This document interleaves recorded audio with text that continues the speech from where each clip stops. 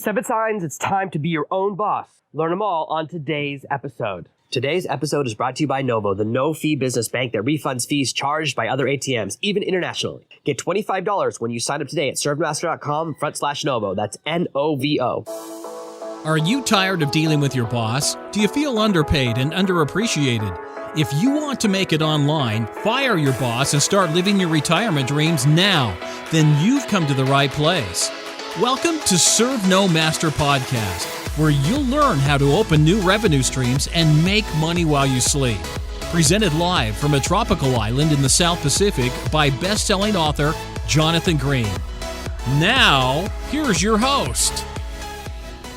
I'm excited to spend some time together this afternoon. I've got 2 of my kids up here in the balcony. One of my neighbors just turned their music up really, really loud. If you can hear anything in the background, that music's coming from 150 yards away. So hopefully my microphone can isolate what I'm saying, which is much louder, especially since I'm turning my back to their music. And just appreciate you guys spending time with me. I know that a lot of the other podcasts out there are perfectly recorded in sound cubes with perfect sound, but this is real life. We're living out in the real world, and this is the best I can do. So I appreciate you bearing with me, especially through all them rooster sounds that are coming in the background. Today we're talking about something really special. It's time to close out our Be Your Own Boss series. This is the final episode in that series. What we're going to talk about is how you know it's time to pull that trigger. Now, in some of my other training courses, I talk about specific numbers, and that's the sign that it's time to quit your job when you have enough money set aside, when you have enough of a plan, when you have your backup plans in place. But this is a sign that you need to start taking action. So you need to start that process, start building your side revenue streams, and start getting out there. It starts with number 1.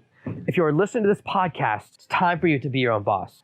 You already have that most important element, which is the desire. You have something inside you that has you listening to this podcast, reading books and listening to podcasts or reading blog posts about building your own business or building a business online or starting your own company or being your own boss or building your own empire. Whatever you search for, however you found me, that's a sign that you're already thinking about it. And what it often takes is a massive gap between when we find out about something and we raise up enough motivation to take action. And I want to shrink that. I don't want you to listen to my podcast episodes for 2 years before you take your first action. I want things to happen for you quickly. And so if you're thinking about it, it means it's something you want to do. You just need to convince yourself. You need to generate enough motivation to go from listening to doing, from passive to active.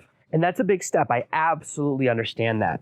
Stepping out on my own, becoming my own boss, taking big steps, it's still really scary. Every time I have a discussion with my team and we look about where we're deploying resources or we're chasing someone down who needs to pay off a bill, all of that stuff, it's stressful. I was having a conversation earlier today. We're deciding whether or not to hire a new person. And it's not an easy discussion because the last thing we want to do is hire someone that we can't keep long-term because the budget runs out or things get tight, or we have to start choosing between 2 different employees. We don't want any of those things to happen. What we want is to build a system that can grow. And part of that is growing at a manageable pace. But it means process, a journey. Being your own boss isn't a moment. My journey isn't over. I'm still in the first phase of my journey. I've been doing this for 10 years. Hopefully I'll be doing this for 50 more. So if you're on the cusp and wondering if you should start doing something, if you're the right type of person, the answer is yes. Every single person who's ever asked me that question is somewhere on the spectrum of being their own boss. Maybe it just means being a freelancer. Maybe it means being a consultant, doing exactly what you're doing now, except for you're working as a freelancer or getting paid a little bit more and having more control over your time. That's awesome. You don't need to exactly replicate what I do in my career, my business model. Your version of being your own boss, your version of freedom can be something a little bit different. I know some people start out following me and build teams of hundreds of employees, and other people, they just want to have a one-person show and they love it and they're so happy. So being your own boss and achieving that freedom, it starts with that desire, which you have because you're listening to this episode. Number 2, the second sign that it's time to be your own boss is that you've recently had your credit stolen on a big project. You put in a bunch of work, you worked weekends, you worked nights, and then when you finished the project, credit wasn't appropriately distributed. And this can happen in a lot of different ways. It could be your boss or your manager who takes credit. They go, oh, well, I told you to do it. So of course I get all the credit for you doing a good job because I was the one who thought of making you work weekends. You go, oh, thanks. Thank you so much for the idea of making me doing overtime or unpaid overtime, which is the worst type. Or maybe you had an experience, this happened to me before, where I worked with someone on a project and it was 90-10. I did 90% of the work. And then when I tried to say something, the manager was like, no, you guys work together. It's 50-50. You guys did a great job together. You did great teamwork. And they don't allocate responsibility or credit correctly. Another sign of someone who's a poor middle management, someone who's living the Peter principle. They've been promoted to the level of their incompetence. I see this all the time on projects. It still happens to me when I work with other people on projects. I occasionally get an email from someone about a project I worked on in the past. They go, oh, you worked for so-and-so. And I was like, well, that's interesting. And that's not what happened. I don't work for other people. I'm never someone else's employee. Never, never, never. I've never taken that deal. I'll do a contract. I'll do some freelance work. I'll do something customer, some coaching or consulting, but I'm never on someone's employee books, on someone's employee roles. And I would never have a client who's responsible for the majority of my income for that time period. They might be a part of it, but they're never the majority. I don't put myself in that vulnerable position. And yet, even now, people who don't know what they're talking about will say, oh, you worked for so-and-so. And sometimes it goes the other direction. They'll email me for a refund on someone else's product, someone I've never worked with, and then a product I didn't promote. And I go, I don't know what to say here. I don't work with that person. Every once in a while, I get an email saying, oh, can I get this book by so-and-so for free? I didn't write it. I can't just give you anyone's book for free. I don't have that magical power. Last night, someone emailed me asking for someone else's book in a different language that it's not available in. How would I have the ability to do that? I can't translate someone else's book against their will and then give away copies of it. I mean, I guess I technically could, but very unethical. And I don't know why someone thinks I would do that. So people misapply credit all the time. It's not just managers, but when it's happening to you at work, it doesn't feel good. Sometimes all we're looking for is a little bit of affirmation. And one of the biggest upsides, one of the reasons we like working in companies and in groups is that we like being in social groups. We like being surrounded by other people. We like that ability to communicate and connect with other people. And that means we want affirmation and support. We want to get credit for what we've done. Otherwise, why are we there? You make the same money doing something else. What are you doing there if not for the way other people treat you? So it really matters.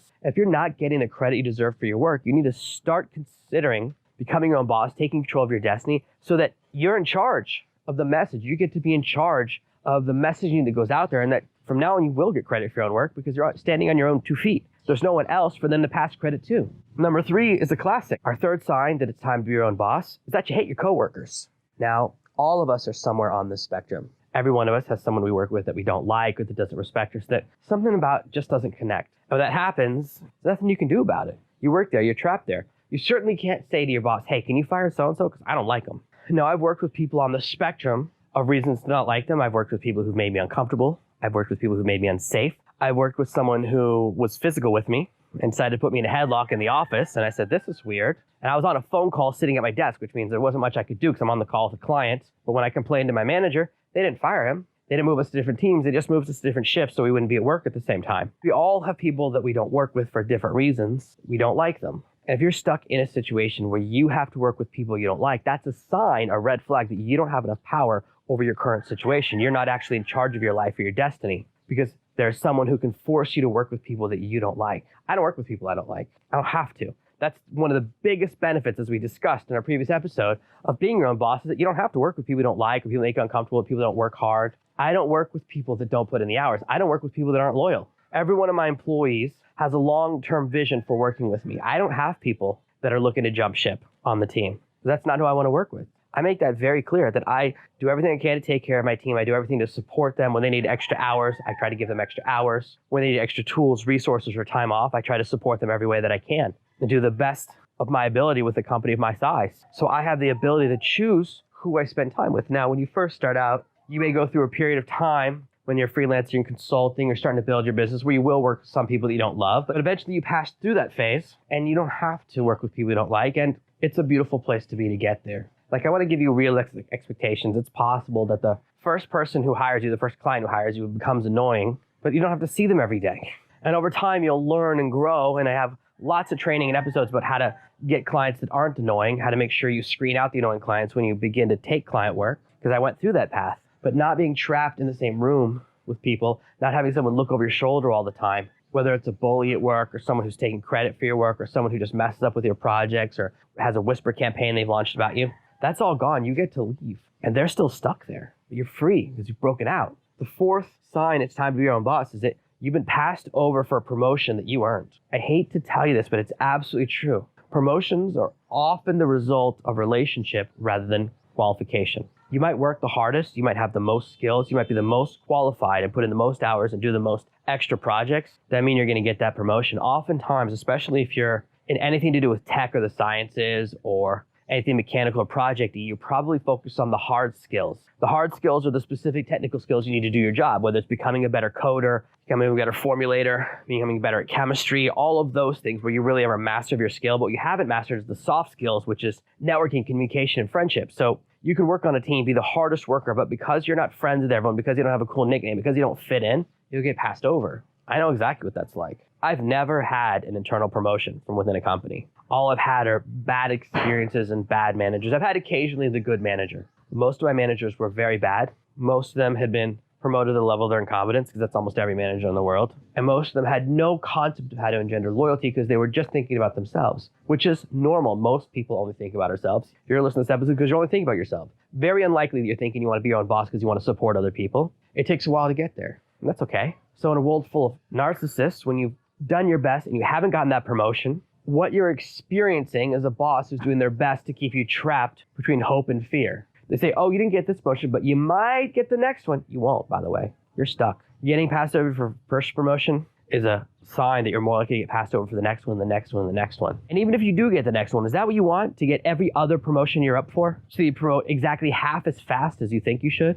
So you spend your entire life at half the level getting half the credit that you deserve? No way. You need to jump out. If you're looking to jump into management, if you were thinking about this promotion, if you're thinking about you want more authority, well, that's a sign that you already have something inside you that sees you as in charge of your destiny. I was reading a book about becoming a better management last night, and one of the things in the introductory chapters, which was really, really good, it's a new book I just started, he said, even if you work for another company, you still run a company of one person. That's you. Your career, the way you manage, the way you do things, the way you operate, all of that is your business. So you're already thinking things along the path to being your own boss if you're thinking about trying to get a promotion. When you realize that you can't get a promotion, it's a moment of realization where you suddenly realize, I'm not in charge of my destiny.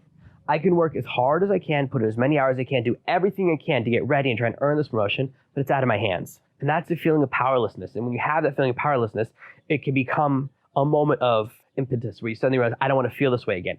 When I was driving home in that blizzard, having lost what I thought was my dream job, I could have easily decided to go back and find a position at another similar firm, and it could have absolutely made it happen. But I realized it's not what I wanted from my life.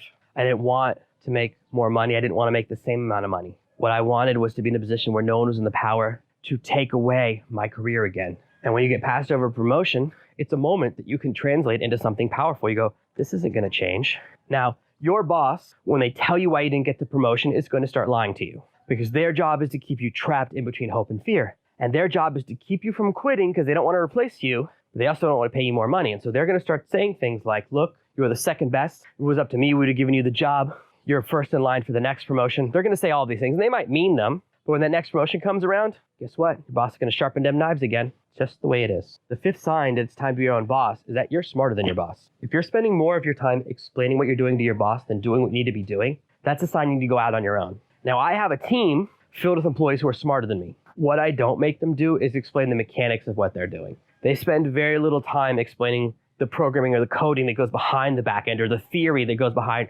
why they want to do a particular thing. They just have to show me the numbers, the big picture strategy, and explain the process. I go, okay, approved. Or no, that's too far, too risky. An example is when my developer said, you know what, we can make the website even faster if there's no theme. He goes, of course, you'll never be able to edit it or update anything, but it'll be super fast. He goes, and I was like, yeah, but then if you ever leave, I got to find another one of you or I'm frozen. I don't want to be in a situation that vulnerable. But he was able to explain it in a really clear way and even explain, yeah, but let's make it faster, but then only I'll be able to make changes or update things. I was like, yeah, that's a great way to provide job security for yourself. But, you know, things happen. He might move on. He might get a big offer. He might want to go somewhere else in his life or work for someone else. Those things happen. People move on or life changes. And then I'll be stuck trying to find someone else to replace him. And I'll have problems with my website until I can. I don't want that. The ability to explain things and communicate with the boss. Your boss needs to be able to do high-level strategy. Your manager, your boss's job is to get the absolute best out of their team possible. If your boss spends most of their time translating or just repeating information from their boss, they're not a good boss. They're not a good manager. An example of this, I was working on a music video once. One of many side projects I enjoyed. I had a contact who was a big music video producer. I said, oh, let me be a PA on a music video. I spent most of the day carrying stuff around or aiming the fan so the lead singer wouldn't get too hot. Menial stuff. You get paid $200 a day because there's a union. That's pretty cool. And they had just promoted someone to be director of photography. And when the director would make a shout out something out, he would say, oh, everyone bring me art. All she would do is repeat what he was saying. And I've never worked on a music video before. I go, oh, I guess her job is to shout and repeat. And they said, she'll get pushed down. She'll never work this job again because she doesn't know how to do it. Because instead of thinking ahead, the director of photography and this person's job, at least on a music video, is to know what the director's going to do next, not what the director's already said. And so she wasn't providing any value. She was just a repeater. And so in that environment, being a repeater, being someone who had been promoted beyond the level of their competence, because you get hired project by project, probably won't get to do it again. So if you're smarter than your boss and they're holding you back or they're limiting your projects because they don't understand what you're doing, because they're afraid of you outshining them, because they're unable to grasp what you do. And this is what happened to me. When I was working at my university job, I was completing tasks too fast. I was far more competent in one area than my boss. I was really good at completing tasks and doing things on time and outside the box thinking. But what I'm really bad at is bureaucracy. I'm really bad at faking it. That's why we don't have faking it in my company. Most companies measure you by the amount of time you spend inside their building. That's the scale they use to measure the quality of your work. That's why most companies are massively bloated, because that's the stupidest scale you could possibly use. I measure by how much work and the tasks that get done. What I look at is, are the tasks in front of you completed in a timely fashion? I look at how long did they take and did they all get done? And that's what real management should be about. It's about measuring output. This is how it's done at a factory. Factories are measured by how much of their product, whatever they're making, gets done every day. How many cars are finished, how many seatbelts are finished, whatever their thing they're creating is. If you make tennis racket string, well, how many packages of tennis racket string getting finished every single day? There's some other things like what's the damage rate or what's the rate at which it fails, the testing. But the main measurement is how much of the product or what the output is. Output-based measurement is far superior to time-based measurement, but the odds that your company does it that way are almost zero, because most companies don't, because it's easier. It's easier to make you clock in and clock out. Number 6, it's time to be your own boss if you just had a raise rejected or you haven't had a raise in the past year. Now, I get raises all the time because I can take in more work, sell more product, raise the price on a product. All of those things increase how much I make. When I increase my revenue, I don't do traditional raises. So for my own salary, because I'm the boss, we take all the money that comes in, subtract our costs of running the business, subtract the software cost, the tech cost, the server costs, the team costs, what we pay to affiliates for sending traffic, all of those things, the salaries. Whatever's left over is mine to deploy, either to invest in new employees, new tech, put into the buffer account so we have a big run rate, we have buffer to cover our burn rate, all of those things. And of course, I can also decide how much to allocate to me. Because when you're the boss, you don't have to be on a fixed salary. So I can say, you know what, this month I deserve to make a little bit more. So when I do a salary increase, it's like a 100% increase or a 200% increase. I can double how much money I bring in or triple how much money I bring because I'm in total control. When you're working for another company, this happened to a friend of mine. He was working at a company that started off with 2 people. He was the main person doing the work. His boss was like a manager. He was the main program, and eventually they built to a 8-figure company, deep 8 figures. He was the main thing behind it, and he'd gotten a lot of raises, okay?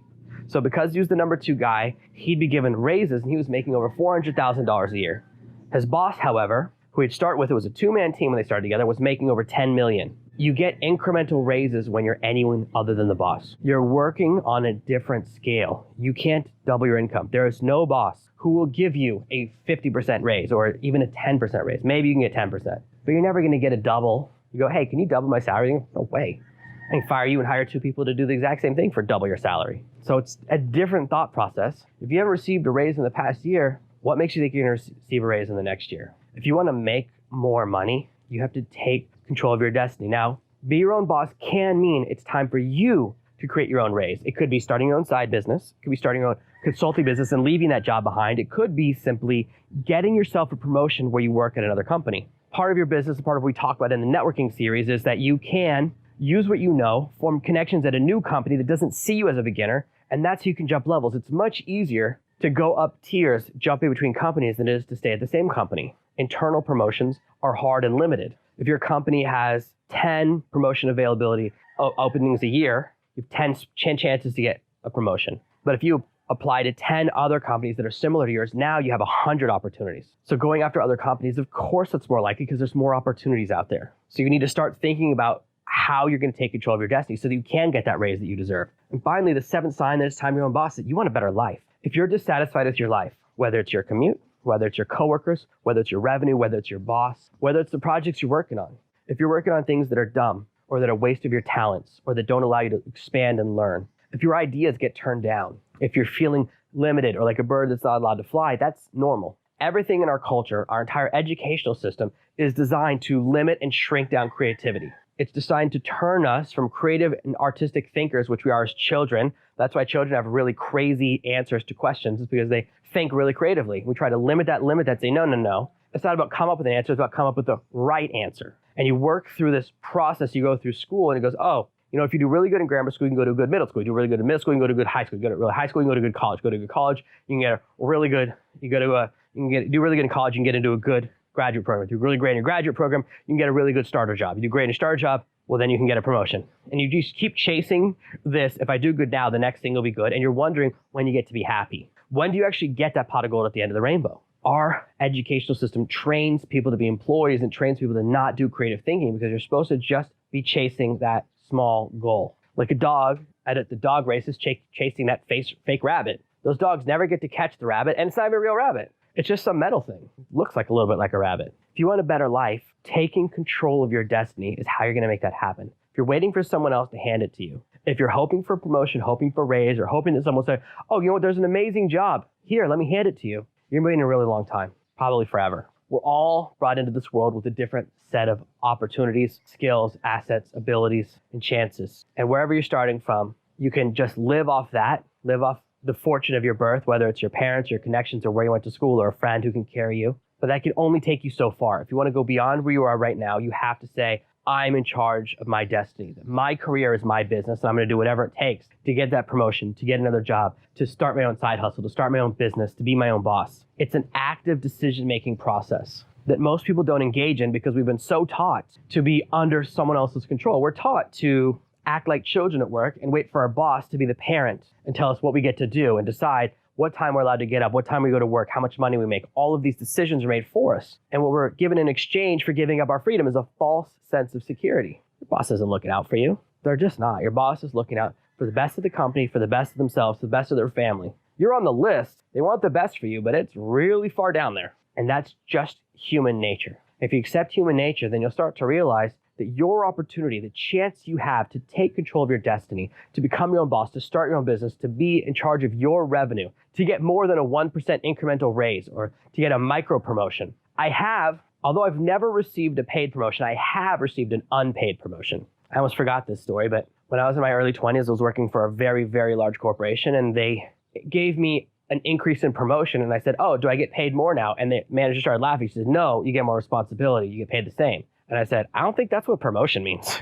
So that is the one time I received a quote unquote promotion. The best piece of advice I can give you is that it's time to stop waiting for the perfect moment. There's not going to be a perfect moment to quit your job. I made things work out when I lost my job in a blizzard. 99 out of 100 people would not have turned into my life because that happened. It wasn't the event that changed my life. It was my reaction to it. I could have said, I'll show them I'll get a job somewhere else. I could have said, I'll show them I'm going to go back traveling the world. I could have said, forget this. There's loads of people that want to hire me. And I could have pivoted back into tutoring or running my own tutoring agency or working with other people. There's a lot of other things I could have done. But I finally realized it was time for me to be my own boss. I made an active decision. And if you're waiting for that perfect moment, if you're waiting to get fired or waiting for, lightning to strike in front of you or a bird to fly over you in a certain way, like an omen, you're going to be waiting forever. Even now, I'm continually making active decisions about how to redeploy my team, about how to grow my company, about how to grow our revenue stream, about how to provide better services for our audience. All of these things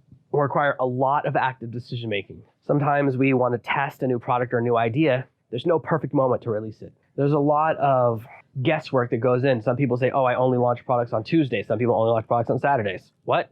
There's no logic to it. I'm a Tuesday person, if you're wondering. I can't even tell you why. When I run a promotion, I like the promotions to end on Sunday. Don't know why. Most people like to end on Saturday. It's just a feeling I have. It's the same way when people play certain sports, they have like a lucky outfit or, a lucky statue that they rub before every game. We kind of get into these patterns. We don't always know why they happen. But if you're waiting for this big thing to happen, this sudden moment to say, you're now ready, it's not going to happen. This is something that's especially true in American culture. It's not as bad in British culture. In American culture, we don't have as many moments of transition. We don't have a moment in American culture where you suddenly feel like an adult. In England, what I experienced was once you're over 18, people talk to you like an adult. It just is a switch flip. In America, it's not like that. In America, and I'm still guilty of this, sometimes I talk to someone who's like 20 or 25 and I'm like, oh, this person's a kid. It's not fair. And that's a cultural flaw within myself because once you're 18, you're out there. You're an adult. You're legally an adult. You're on your own. You have the same amount of responsibility. You may have less experience, but it doesn't matter. There's plenty of people that are 10, 15 years younger than me. They're way smarter than me. A lot of the people that I work with are in their 20s. Someone I work with right now, I just found is 29. I've been working with them for 6 years, 10 years older than them. It doesn't matter unless you let it matter. Waiting for that perfect moment, that perfect age, you're never going to get it. What I encourage you to do is to start taking action. Stop waiting because you're ready. You've already seen some of the signs. If you're listening to this episode, you're ready to be your own boss. Thank you for listening to this week's episode of Serve No Master. Make sure you subscribe so you never miss another episode. And we'll be back next Tuesday with more tips and tactics on how to escape that rat race. Head over to servenomaster.com/podcasts now for your chance to win a free copy of Jonathan's bestseller, Serve No Master. All you have to do is leave a 5-star review of this podcast. See you Tuesday. Are you ready to make your first dollar online? Grab my free guide, How to Make $1,000 this month at servenomaster.com/1K.